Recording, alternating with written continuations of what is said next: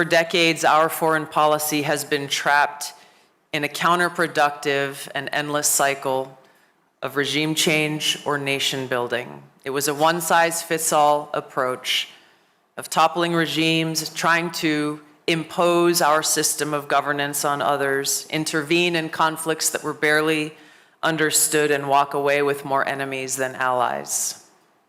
The results: trillions spent, countless lives lost, and in many cases, a creation of greater security threats. The rise of Islamist terrorist groups like ISIS. President Trump was elected by the American people to put an end to this. And from day one, he has showed a very different way to conduct foreign policy, one that is pragmatic, that is deal-driven, with a very realistic approach focused on protecting American security and prosperity while engaging with the world on terms that actually make sense. It's an honor to be able to address you here in the Kingdom of Bahrain at this pivotal time in global history. As we gather here, we're reminded that true security, true stability, and peace cannot be forged in isolation, but in the common collection of peacemakers working towards that common purpose. Today, I want to speak plainly for myself as a veteran and a soldier who has seen firsthand the high cost of war. As someone who serves under President Trump's leadership, I have experienced the promise of peace. His vision is about delivering real wins, not just for America, but for our collective cause of peace and prosperity, and doing so through a very principled realism rooted in shared goals, interests, and values. The old Washington way of thinking is something we hope is in the rearview mirror and something that has held us back for too long. For decades, our foreign policy has been trapped in a counterproductive and endless cycle of regime change or nation building. It was a one-size-fits-all approach of toppling regimes, trying to impose our system of governance on others, intervene in conflicts that were barely understood, and walk away with more enemies than allies. The results: trillions spent, countless lives lost, and in many cases, a creation of greater security threats. The rise of Islamist terrorist groups like ISIS. President Trump was elected by the American people to put an end to this. And from day one, he has showed a very different way to conduct foreign policy, one that is pragmatic, that is deal-driven, with a very realistic approach focused on protecting American security and prosperity while engaging with the world on terms that actually make sense. During his first term, the president brokered the Abraham Accords, this historic pact between Israel, the UAE, Bahrain, Morocco, and Sudan that came from staying laser-like focused on shared interests: economic prosperity, counterterrorism, technological innovation. These countries that had eyed each other perhaps warily at times for decades found common ground in trade routes, joint ventures, and a mutual stake in both regional and global stability. We've heard President Trump and Vice President Vance speak just last week about their hope that the Abraham Accords will continue to grow and expand to allow for a true lasting regional stability and peace. This is what President Trump's America First policy looks like in action, building peace through diplomacy with an understanding that there cannot be prosperity without peace. President Trump de-escalated tensions on the Korean Peninsula through direct talks during his first term in office. He opened lines of communication with North Korea that had been frozen for generations. He did what no other president had been willing to do: engage directly to speak about peace. He restored American leadership abroad. He brokered economic normalization between Serbia and Kosovo, promoting stability and peace in the Balkans regions. And now, just 9 months into his second term, President Trump's America First agenda is supercharging these efforts and securing peace on a scale that we haven't seen in decades. He secured ceasefires between India and Pakistan, Israel and Iran, a peace agreement between Rwanda and the DRC, a peace deal between Armenia and Azerbaijan, Cambodia and Thailand, and averted conflict between Egypt and Ethiopia over the Grand Ethiopian Renaissance Dam. As was mentioned previously and is very much in focus for so many of us, he negotiated the release of all living hostages from Hamas. While fragile and historic ceasefire and peace plan is moving forward, it is doing so with integral support from many of our partners here in this room. So what ties all of this together? A simple and revolutionary idea. Pursue joint interests, find those win-win solutions where they align, and recognize that yes, we will have differences and we will work through them. President Trump understands that not everyone shares our exact values or our system of governance, and that's okay. What's most important is finding where our shared common ground exists and building those partnerships and progressing on those common grounds. Things like energy independence that stabilizes global markets, things like countering terrorism, something that continues to grow in different parts of the world, strengthening trade partnerships to boost economic growth and innovation. These are the components, the glue of enduring partnerships and friendships. So America First is not about isolating ourselves. As President Trump has shown, it's about engaging in direct diplomacy, being willing to have conversations that others are not willing to have, and finding that path forward where our mutual sovereign interests are aligned. And that's really why we're all gathered here today in Manama. We can commit to this path ourselves and put it into action. With Bahrain's own leadership, year after year, hosting these critical dialogues shows us the way forward, convening nations from around the globe, amplifying shared stakes, and strengthening partnerships and lines of communications that allow us to resolve our differences and deliver results for our respective people.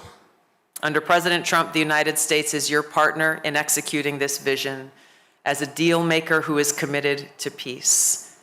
And together we look forward to continuing this path towards peace, to ending wars that have defined too many generations, unlock prosperity for millions, and help support the future of a Middle East where security is a dividend of cooperation, not a cost of conflict.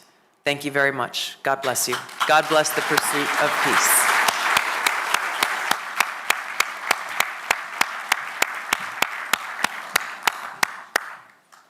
Thank you very much, Director Gabbard.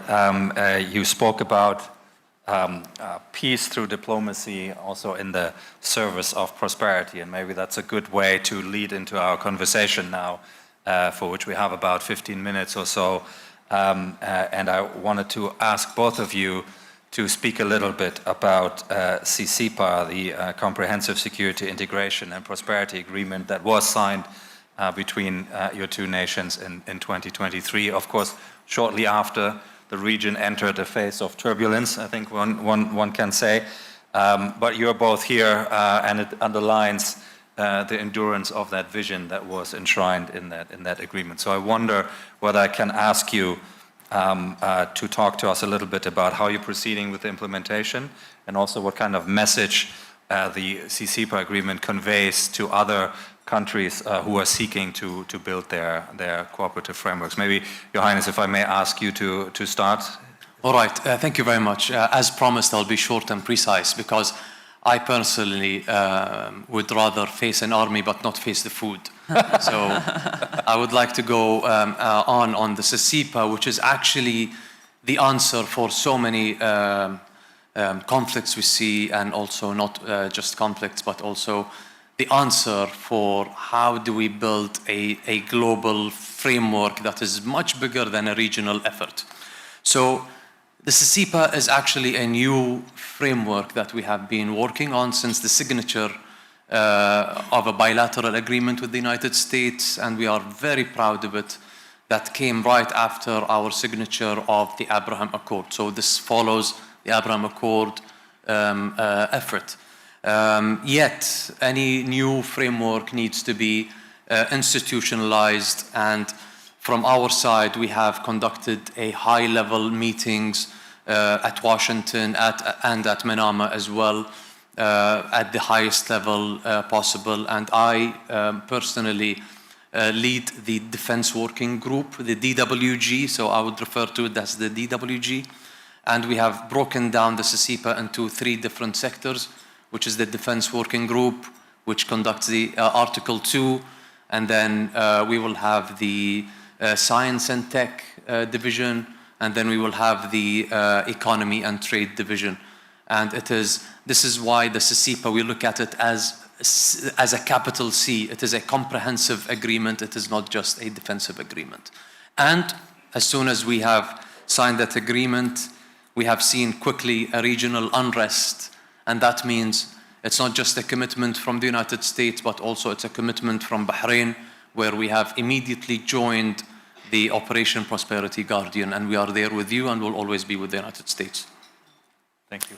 Dr. Gabbard. Thank you, Your Highness. Yes, this agreement is exactly what President Trump had in mind in the crafting of the Abraham Accords, and Bahrain being a partner, obviously there, but moving very quickly towards execution, and really turning those ideals into actions. And so, obviously, under President Trump's leadership on all fronts, we are moving very quickly forward in following through on that agreement that was signed under the last administration, to make sure that those connections are being made not only between counterparts within government, but bringing together, I think, a private sector on the American side who are very eager to engage and to bring innovation and to bring solutions forward that can turn this into something that is able to start delivering very real results. So we're very happy about this and the progress that's already been made. I think there's incredible potential,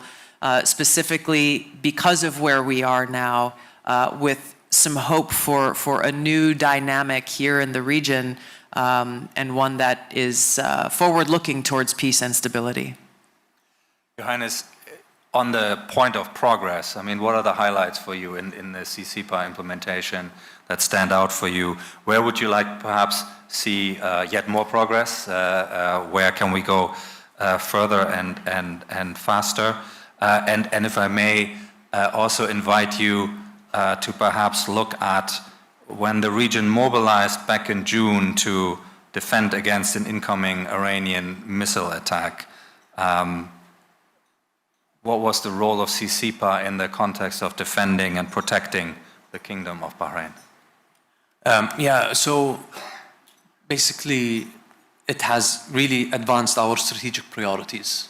And thanks to the United States, we have fast-tracked our F-16 Block 70 integration and boosting our air power and interoperability. So this is something that we really value, and as well as the Patriot missile systems actually delivered ahead of schedule.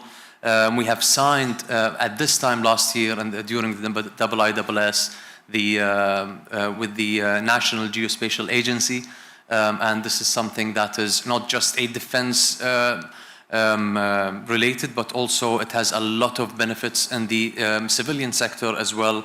But not only that as well, tomorrow, us and the DWG sign a trilateral with the United States and the United Kingdom together, and we'll be announcing it, inshallah, tomorrow, and you'll hear a joint statement starting from tomorrow, inshallah, during that trilateral. So CCIPA is not a bilateral, and it's not also a trilateral, it's a multilateral. It is not a regional, it is I see it as, since after probably the Cold War, there's an outdated security structure, if I may say that. And CCIPA today, look at it as at a global level. You can be creative with it. You can offset so many things with it. And I think we have benefited from it, and we have integrated our efforts with the United States. And also, we will see CCPA evolving, and we will see new opportunities and hopefully new flags joining the multilateral agreement, inshallah. Wonderful. Thank you very much. Dr. Gabbard, the United States across administrations have prioritized bilateral security agreements, and Qatar has recently obtained a security commitment through an executive order. Saudi Arabia is reportedly seeking a security agreement with the United States. So what does this tell us about the US role, the security role in the Gulf, and what does it mean for US global posture, these arrangements? Yeah. You know, the president obviously has focused a lot on building these economic partnerships. As Your Highness very eloquently stated, you can't look at any one of these things in a vacuum or in a silo, because ultimately they're all connected. And the president has recognized how to capitalize on that, but also recognizing that the United States relationship with different countries perhaps needs to be different in certain cases. And so as you've seen through his direct engagement, his incredible first trip out here to the Middle East shortly after taking office, really delivered great results, and investing in those relationships from the outset is what really made it possible for him, both through the 12-day war with Iran, but also in this ceasefire and peace deal with Israel and Hamas, to make this possible, to bring together friends and partners to work towards those shared interests. You know, the road ahead will not be simple or easy, but the president is very committed down this road, again, recognizing the direct connection between peace and prosperity, and working with each of our partners and friends uniquely to recognize and understand what the challenges and opportunities are that exist within each. You both mentioned that in the case of CCPA, it obviously goes beyond defense and military matters. And Your Highness, can I ask you to perhaps speak a little bit about the other benefits of that agreement in non-security domains? There's science, there's technology. What stands out for you? Well, first of all, let's talk about CCPA. Let's not talk about acronyms. It is Comprehensive Security, Integration, Prosperity Agreement. So we have designed the CCPA to become a driver of prosperity and innovation, and not only a military pact. Yes, there is a lot of non-security gains as well. During the visit of His Royal Highness the Crown Prince to Washington, there was a multi-billion-dollar deal signed thanks to CCPA. We have signed with the United States in the sector of energy. We were one of the first countries to sign, and thanks to you, Tulsi, and your government, and the SMR domain, which is the small modular reactors, and the nuclear energy. We have signed in the cybersecurity, geospatial space as well, space industry. So really we are seeing the sky is the limit, and we are trying to become creative with what we are having on the table with us, and maximizing on our bilaterals with the United States. And we also continue talking with the United States and the industries as well, between our both countries. And Dr. Gabbard, the intelligence is obviously a key part of security cooperation. Can you speak a little bit about your expectations, American expectations, towards partners in that field? What underpins a reliable intelligence relationship? Also, what is the US willing to put into those relationships? Obviously, the US has unique assets and abilities, and I wonder whether you can explain how you look at that aspect of security cooperation, Sure. intelligence aspect. Well, I won't delve into the depth of intelligence capabilities in this setting. The relationships really are the key. And this is why I really value, and I'm grateful to be here, because it is our ability to build those, in many cases, long-standing friendships, partnerships, make sure that those lines of communication are open, not just to share information when it's good news, but really those relationships are what we depend on when we hit a rough patch or there is a crisis that needs to be addressed, where candor is required and plainly speaking of the ground truth of a situation is required for us to be able to navigate through it safely and to deliver results. Again, I look to these most recent examples that President Trump has led in dealing with Iran that required a lot of conversation with many of our partners across this region and very candid dialogue about what was happening and what was the threat that needed to be dealt with and the results that ultimately were delivered. Again, the same here in dealing with Hamas. This could not be done by any single country alone. We are in this game-changing and historic moment with President Trump leading the charge, working with people who have become good friends of his. I think that sometimes people think because you're friends, you have to agree on everything. That's not the case. Every nation's leader will think first and foremost of what is best for their own sovereign interests, what's best for their own people. President Trump does that every single day. And he recognizes that what's best for the American people is when we can tackle and solve these problems together. And so from my standpoint and my role as the Director of National Intelligence, of course, is to make sure we have those strong lines open with our friends and partners in this region and around the world, and to make sure that we are best informing the President so that he can continue to deliver success towards this end of peace and stability. Can I ask you both one final question very briefly? And Dr. Gabbard, I'll start with you and then I'll let His Highness have the final word. But given that there is a sense of urgency and there's volatility, it's a fast-paced environment, do you feel our efforts on security cooperation across the region, are they keeping pace with that demand and that environment? What do you think? I do. I think when President Trump first came into office, again, the second time, he certainly hit the ground running. He wasted no time.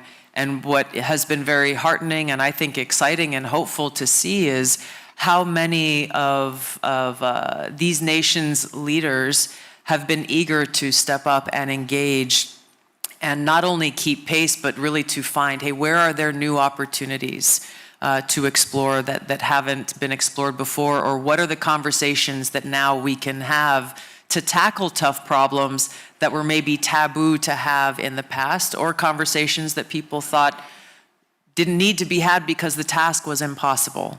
I think President Trump has really shown that we cannot afford to have a defeatist attitude. If we are committed to peace, as we say we are, we have to be willing to do the things that others have been unwilling to do in the past, to deliver the results that have failed in the past to have been delivered. Thank you.